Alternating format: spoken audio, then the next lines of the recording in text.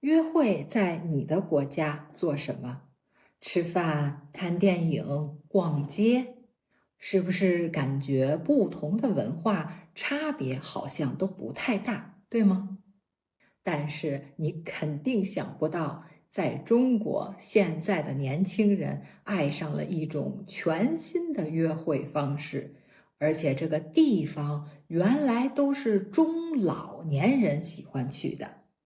现在突然转身一变，成了年轻人的约会圣地。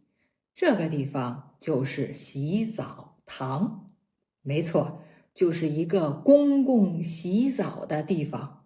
它怎么突然变成了年轻人的约会地点？洗澡堂怎么谈恋爱？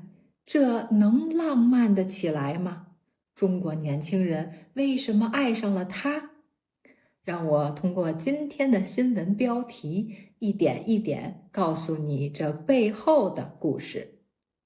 而且视频的最后，我会带你看一看中国的洗澡堂到底长什么样。准备好了吗？我们来看第一条新闻标题，我读一遍，你跟着我读一遍。100元泡一整天，年轻人为何把约会搬进洗澡堂？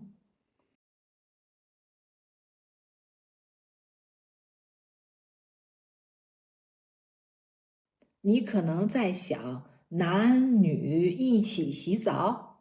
别误会，这里的洗澡是男女分开的，但是洗完之后，大家会换上睡衣一样的衣服，去公共区域一起吃喝玩乐。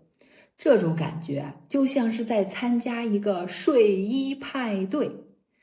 100块钱泡一天，就是花100块钱，能在这个洗澡堂里玩上一天。年轻人最会算账了，2个人出去约会，看电影加上喝饮料、爆米花，最少也要150块。那看完电影再一起吃个饭吧，吃个火锅，再花上300块。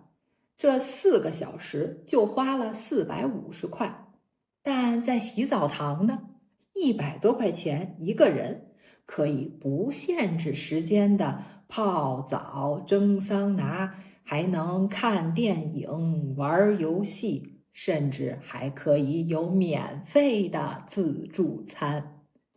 这也太合适了吧！年轻人感觉赚大了。你可以想象一下，冬天外面零下几十度，在洗澡堂里温度和湿度都合适。我们可以穿着睡衣，一边吃一边喝一边玩，待上一整天。如果是你，你去不去？不过说到这里，你会不会想问，不是洗澡堂吗？怎么还有自助餐，还能看电影？让我们通过第二条新闻标题来看一看，现在中国的洗澡堂到底是什么样？还是我来读一遍，你跟着我读一遍。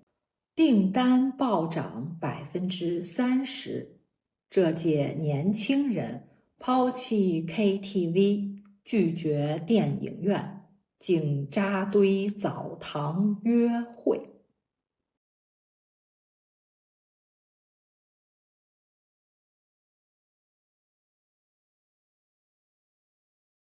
今年的冬天，洗澡堂里突然来了很多的年轻人，而且不仅仅是在大的城市，小城市一到周末也会突然排起队来。抛弃就是放弃，不再选择；拒绝就是不要这样做。也就是说，他们不再选择去 KTV 唱歌，也不想去电影院看电影，去哪儿都挤着去洗澡堂，这就是扎堆儿，抢着要去玩一玩。现在的洗澡堂和十几年前不一样了。现在的洗澡堂标配是洗澡、泡澡、按摩、桑拿、自助餐、影院、KTV、茶室，甚至还有专门为孩子准备的活动区域，等等等等。这就是吸引他们的地方。网友们开玩笑说，北方的洗澡堂除了违法的项目没有，其他都有。你觉得我说的太夸张？视频最后我要带你看一看现在的洗澡堂到底是什么样子。说到东北洗澡，有一个词你一定要学，搓澡。很多人都说搓澡才是洗澡的灵魂。想象一下，你躺在一个台子上，搓澡的大叔或者是阿姨会用非常有力的手帮你搓掉全身的死皮。虽然可能有点疼，但是洗完以后你会觉得身体都变轻了。两个字，舒服。很多人开玩笑说，中国北方发展出了自己的澡堂文化。这个文化有什么特点？让我们来一起看第3条新闻标题：洗澡花掉18亿，年轻人澡堂约会谈生意。原来东北的澡堂里暗藏玄机。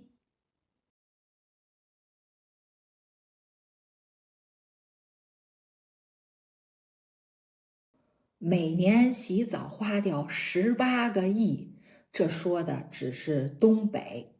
那去洗澡堂可不光是去约会，还有去谈生意的。对，你没听错，去洗澡堂谈生意。我觉得这应该是中国文化的一个巨变。为什么这样说？传统谈生意会很正式，我们对自己的生意伙伴会非常的尊重和客气。但是现在的年轻人呢，他们不在意原来那些谈生意的规矩，他们希望用更有效的方式做该做的事情就够了。想象一下，在这里没有人穿着西装，也没有人打领带，大家脱掉了自己的衣服，也脱掉了虚伪。这种松弛感让沟通变得非常简单。年轻人说了，进来先泡个澡，解乏又减压。泡完了，大家心情好了，谈生意，也就容易多了。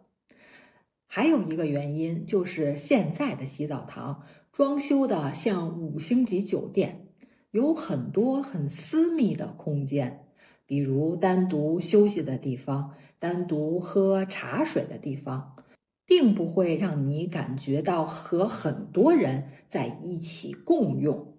所以在这种情况下，年轻人就越来越喜欢去洗澡堂，也一点儿也不奇怪了。你有没有感受过中国的洗澡堂？你可以和我分享一下你的经历，或者下一次你去中国的时候，一定要尝试一下，看看有没有我说的这么好。别走开，让我带你看看中国的洗澡堂。我们来看这个装修是不是很像5星级的酒店？还有单独洗澡的地方，桑拿、按摩。这里是餐厅，自助餐，可以有很多的吃的，还有饮料，可以喝水，还有专门的水果的区域。这里是按摩，让你放松，可以在这里看电影，各种各样的不同的按摩。休息的区域可以喝咖啡，还有图书馆，这里可以 KTV， 小的可以在这里唱歌喝茶，晚上还可以喝酒。我是 Coach 天，感谢你让我用真实的内容陪你一起把中文读懂。我们下周再见，拜。Learning Chinese doesn't have to be lonely. If you want to learn through real content and keep growing with guidance, you are welcome to my reading club.